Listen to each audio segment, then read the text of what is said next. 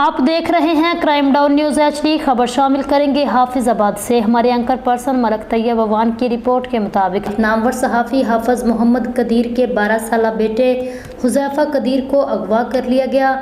تھانہ سٹی حافظ آباد کے SHO سہیل اشرف نے پولیس فورس کے ہمراہ بچے کو بازیاب کروا لیا، جبکہ اغوا کار فرار ہو گیا۔ بچہ بازیاب ہونے پر سٹی حافظ آباد سے تعلق رکھنے والے شہریوں نے SHO تھانہ سٹی سہیل اشرف، عرفان احمد اور دیگر پولیس اہلکاران کا بچہ بازیاب ہونے کے بعد تھانہ پہنچنے پر شاندار استقبال کیا۔ پولیس پر شہریوں نے پھولوں کی پتیاں نچھاور کی، پھولوں کے ہار پہنا کر ان کی حوصلہ افزائی کی۔ صدر سول سوسائٹی مظہر وڑائے، چیئرمین امن میڈیا گروپ سید ظہیر عباس شاہ سمیت ہزاروں شہریوں نے DPO حافظ آباد فیصل گلزار، DSP صدر سرکل رانا محمد جمیل کیسر اور خصوصی طور پر SHO تھانہ سٹی سہیل اشرف کا بھرپور الفاظ میں شکریہ ادا کیا۔